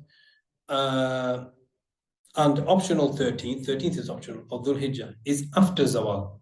It is permissible to perform the Rami after sunset until Fajr if it is difficult to do so during the day. If you really want to, you're allowed to do it after sunset until Fajr. Return to one's tent in Mina, carry on worshipping. It is sunnah to spend the night in Mina. Some people spend the night in Makkah, so you'll just violate the sunnah if you did that. They get really tired. And look at that view. That's Min. Those are the tents, and that's your devils over there. There's 1, 2, 3. I don't think that's one there. There's one extra station here. I can't remember. Day 5, the last day of Hajj now. What are you going to do on the 12th? Proceed on this day are identical to that on the 11th. Do the same thing you did on the 11th. What did you do on that day? Who remembers? You only went to the devils, baby bear, mummy bear, daddy bear, and you just did 7. Bismillah, Allahu Akbar. Bismillah, Allahu Akbar. Imagine these 3 pillars. So that's a small one, medium one, and the large one. So you did 7, 7, 7. So you're going to pelt how many? 21 on the 12th. You've done another 21 on the 11th as well. On the 11th, you threw 21. On the 12th, you threw 21. On the 10th, you only did 7. How come? Because you didn't do the baby bear and mummy bear. You only did the daddy bear. Rawdhatul Kubra. Any action remaining from the 10th must be completed before the sunset of the 12th. If you've still got anything that left over outstanding. If one does not leave Mina and stays there until Subha Sadiq, which is the beginning of time of Fajr, then he has to stay and finish off 13th. If he stayed there. So he's supposed to leave before Fajr, Subha Sadiq. It is desirable, we'll end with this. You can, so timings for Rami on the 13th, Fajr to Zawal, permissible but disliked. Zawal to sunset, recommended, inshallah. Tawaf al-Wada is wajib. It can be performed anytime after Tawaf al-Ziyarah. If a woman is in her menses, she doesn't need to do this at all, so she's excused, and she won't be, no penalty for missing it. But for the guys, even after Tawaf al-Wada, a person can enter Masjid and perform Tawaf, Salah, even Umrah. So just because you've said your goodbyes to the Kaaba, you can still do Umrah as a water. It's just you've done your due. Tawaf al-Wada, you've done an extra Tawaf, and you've done your, mashallah, going around the Kaaba 7 times. Penalties are of 4 types. Badana is the biggest one. Dam is your typical one. Sadaqah, just charity, less than Sadaqatul Fitr. Badana, large animal with 7 parts, cow or a camel. Dam, small animals such as sheep or goat. Sadaqah, just normal Sadaqatul Fitr, which is about 6 pounds, I think, nowadays, from your Ramadan calendars. And less than Sadaqah is just less than Sadaqatul Fitr amount. Badana, if you've done these big penalties, having relation with one spouse after Wukuf in Arafah, you're going to have to give a camel or a cow. Performing Tawaf al-Ziyarah in the state of major impurity, that should not have been done. Dam, following 8 cases, being intimate with the spouse, a male wearing normal clothing for an entire day or night, he's going to have to give an animal sacrifice. Shaving quarter of the hair of the beard, he should not have done that, he's not finished his rituals yet. For a male or female to cover the face for more than an entire day. Applying perfume on an entire limb. So if your whole hand has been washed with hand wash, that's done. Clipping the nails of one hand or one foot. To omit Tawaf al-Wada, to omit wajib of Hajj. And these are small, minor ones. I bet you have a read. We'll end our session there, inshallah. Less than a sadaqah, killing a lice, locust, or pluck 1 or 2 hairs. May Allah accept our Hajj, inshallah. May Allah give us a tawfiq.